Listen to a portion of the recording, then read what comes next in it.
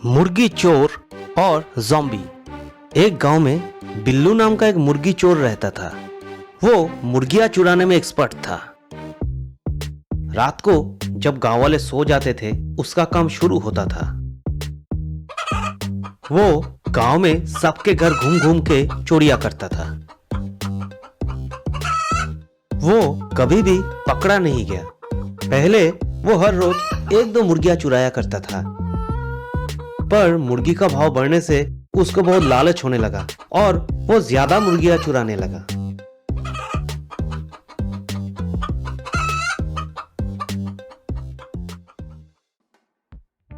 गांव वाले भी परेशान हो गए। बहुत कोशिश करके भी कोई चोर को पकड़ नहीं पाया। तो गांव वाले पुलिस स्टेशन में जाके इंस्पेक्टर से सलाह मांगे। इंस्पेक्टर बोला, अरे आप सब लोग लोहे का घर बनाइए मुर्गियों के लिए, तब मुर्गी चोर मुर्गियां चुरा नहीं पाएगा।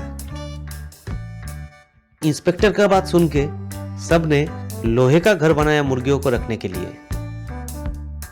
तो उस दिन से बिल्लू जब मुर्गियां चुराने जाता था उसे खाली हाथ ही वापस आना पड़ता था। तो ऐसे कुछ दिन बीत गए। गांव में मुर्गी चोरी कम हो गया और सब खुश थे। पर बिल्लू का हालत बहुत खराब होने लगा। उसका कमाई एकदम से बंद हो गया। वो अपने मम्मी पापा से बहुत प्यार करता था। उसका बूढ़ा माँ बाप को भी भूखा पेट दिन गुजारना पड़ रहा था। तो एक दिन वो मन ही मन बोला, आज तो मैं एक मुर्गी चुरा के ही रहूंगा। मम्मी पापा भूखा है, मैं ना खाऊं ठीक है, पर इनको खिलाना पड़ेगा। तो वो रात को फिर से चोरी करने के लिए निकला, पर लोहे का घर होने से वो एक भी मुर्गी चुरा ना पाया। तब वो बोला, एक बार चिकन शॉप में ट्राई करके देखता हूं। वो चिकन शॉप में गया। चिकन शॉप के अंदर लाइट जल रहा था। तो बिल्लू समझ गया कि शॉप का ओनर सोया नहीं है। फिर भी वो हिम्मत दिखा के अंदर गया और छुप गया। अंदर वो शॉप ओनर और कुछ लोग बैठे थे। वो लोग बात कर रहे थे। शॉप ओनर बोला, अरे भाई साहब, मुझे करना क्या है? तुझे हम लोग फ्री में कुछ मुर्गियां देंगे, ये तुझे गांव वालों को बेचना है। अरे पिछले बार भी आप लोगों से फ्री मुर्गियां लिया था मैंने, वो खा के गांव वालों को बीमारी होने लगा। बाद में पता चला कि मुर्गियों में बर्ड फ्लू था। मुझे नहीं लेना है ऐसा मुर्गियां। अरे भाई साहब, गुस्सा क्यों करते हो? पैसा भी मिलेगा इस बार। ये काम के लिए तुझे हम लोग 1 करोड़ देंगे। 1 करोड़? बाबा रे बाबा, मैं तो मुर्गी क्या अपने बीवी बच्चों को बेच दूं? पर इस मुर्गी में क्या खास बात है? उससे तुझे क्या, सब मुर्गियां कल तक बेचना है। अच्छा ठीक है, हो जाएगा। तो वो लोग चले गए। बिल्लू मन ही मन सोचा, बाप रे, इतना सारा मुर्गियां फ्री में दे रहा था और ऊपर से पैसा भी। जरूर इन लोगों के पास बहुत बड़ा फार्म होगा। ये सोच के बिल्लू उन लोगों का पीछा किया। कुछ दूर चल के ये लोग एक चट्टान के पास आके रुके और एक स्विच दबाया। तो चट्टान में से एक दरवाजा खुल गया और ये लोग अंदर चले गए। बिल्लू भी कुछ देर बाद वो स्विच दबाया और हिम्मत करके अंदर चला गया।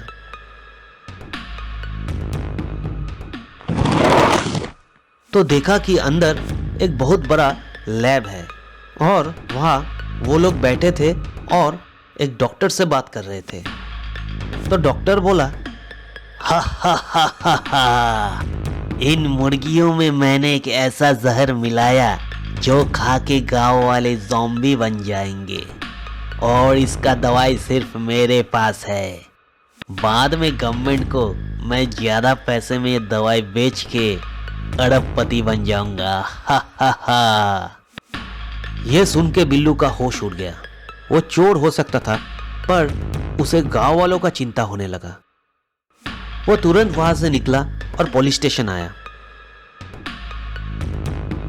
पुलिस को वो सब कुछ खुल के बताया, पर पुलिस वाले उल्टे उसे पकड़ लिया और बहुत धोया और जेल में डाल दिया।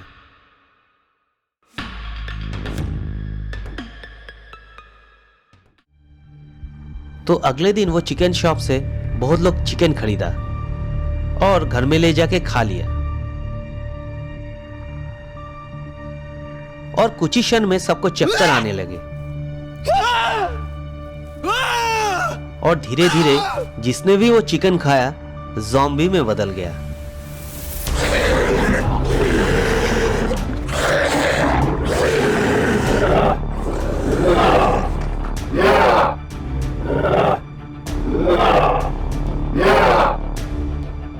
तो ज़ॉम्बी गांव में सबको काटने लगे और तांडव मचाने लगे। पुलिस वाले भी उन्हें कंट्रोल नहीं कर पा रहा था। तो इंस्पेक्टर को बिल्लू का याद आया। उसने इंस्पेक्टर को इसके बारे में बोला था। तो इंस्पेक्टर बिल्लू के पास जाके बोला, भाई बिल्लू देख, मुझे माफ कर दे यार, मैंने तेरा बात नहीं सुना। सुन, तू चल मेरे साथ और गांव वालों को बचा। तो बिल्लू इंस्पेक्टर को वो लैब में ले गया और वहां से वो एंटीडोट ले लिया।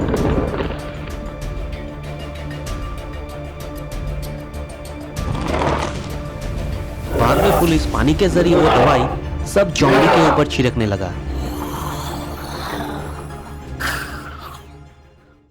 तो सब ज़ॉम्बी धीरे धीरे नॉर्मल इंसान में बदल गया।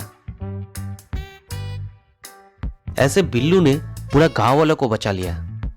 गांव वाले भी बहुत खुश होके उसे एक चिकन शॉप खोल के दिया और फिर बिल्लू का लाइफ सेट हो गया। और रही वो चिकन शॉप ओनर और डॉक्टर की, पुलिस ने उन्हें अरेस्ट कर लिया और उन्हें जेल हो गया।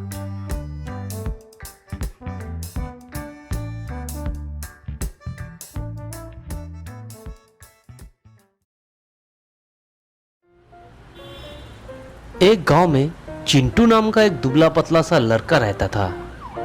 वो इतना पतला था कि उसके दोस्त लोग उसे मरियल बुलाते थे।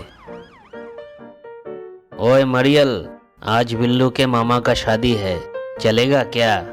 नहीं नहीं भाई, तू लोग जा। अरे ज्यादा खाएगा तभी ना बॉडी बनेगी, तू मरियल का मरियल ही रहेगा जिंदगी भर।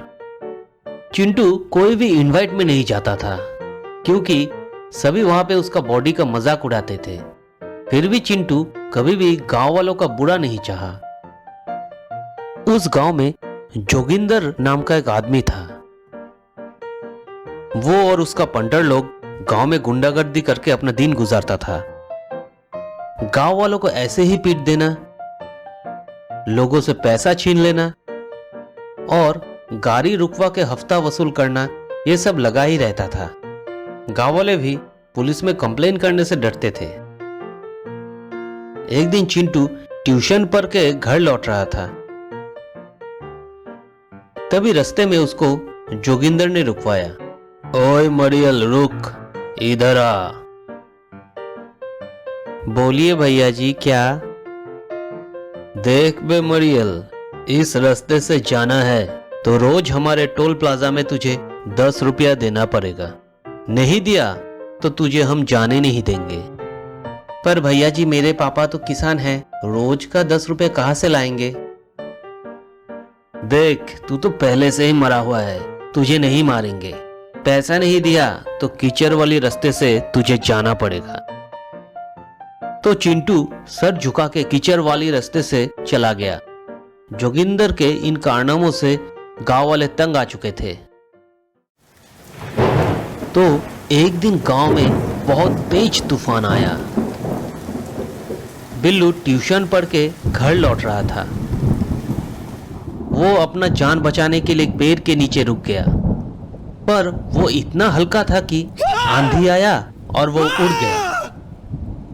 आंधी उसे उड़ा के पहाड़ के चोटी के ऊपर गिरा दिया। उसे हल्का चोट लगा पर वो बच गया। असल में वो जिस पहाड़ के चोटी पे गिरा था वो पहाड़ शापित था।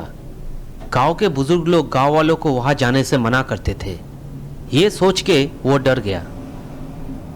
चिंटू पहाड़ से उतरने का कोशिश करने लगा, पर पैर फिसल के वो पहाड़ों के बीचों बीच एक तालाब में जा गिरा। जब वो तालाब से निकला तो देखा कि उसका बॉडी बदल गया। उसका शर्ट फट गया था और उसका मसल्स दिखने लगा। वो बहुत ताकतवर फील करने लगा। तो अपना शक्ति आजमाने के लिए वो एक चट्टान के पास गया और उसे उठाने का कोशिश किया। चट्टान को उसने बहुत आराम से उठा लिया। चिंटू अपने इस बदलाव से बहुत खुश हुआ और वहां से चल के अपने गांव लौट आया। गांव में आके देखा कि जोगिंदर और उसके साथी मिलके सबके सामने एक बुजुर्ग को पीट रहा है। ओए बुड्ढे, 3 दिन हो गए, आज तुझे हफ्ता देना ही पड़ेगा, नहीं तो तुझे हम लोग ऊपर भेज देंगे। तो चिंटू सामने आया और बोला, अरे जोगिंदर, दादाजी को छोड़। अरे चिंटू मरियल, तेरे शरीर में इतने मसल्स कहाँ से आ गए? तुझे क्या लगा ऐसे डुप्लीकेट मसल्स लगा के आएगा तो हम लोग डर जाएंगे? आज तो तू मार खा के ही जाएगा। तो जोगिंदर और उसके साथी मिलके चिंटू को घेर लिया।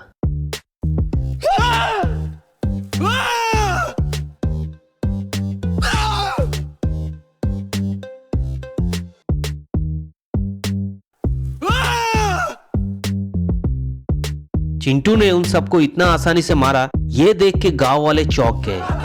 तो जोगिंदर और उसके साथी वहां से भाग गए। तो बुजुर्ग आदमी बोला, अरे चिंटू बेटा, तू एक दिन में इतना कैसे बदल गया? तू ठीक तो है ना? हाँ दादाजी, मैं ठीक हूँ। चिंटू ने गांव वालों को पूरा किस्सा बताया कि कैसे वो पहाड़ के चोटी के ऊपर तालाब में गिर गया और कैसे उसमें इतना ताकत आया। ये सुन के सब खुश हुए। उसके दोस्त लोग भी उसे देसी हल्क बुलाने लगे। गांव में जोगिंदर का एक पंटर ने पूरा किस्सा सुन लिया और जाके जोगिंदर को बता दिया। जोगिंदर मन ही मन सोचा कि अगर वो भी उस तालाब में डुबकी लगाएगा तो उसमें भी ज्यादा ताकत आ जाएगा। ये सोच के जोगिंदर उस तालाब तक किसी तरह पहुंच गया और जाके तालाब में डुबकी लगाया। वो जब पानी से निकला तो बिल्कुल उल्टा हो गया। उसका सब मसल्स चला गया और वो सूखा पत्ते जैसा बन गया। असल में उस तालाब में सब उल्टा होता था। पतला आदमी ताकतवर और मोटा आदमी पतला बन जाता था। जोगिंदर को अपने करतूतों के लिए उचित सीख मिल गया और गांव लौटने पर सब उस पर हंसने लगे।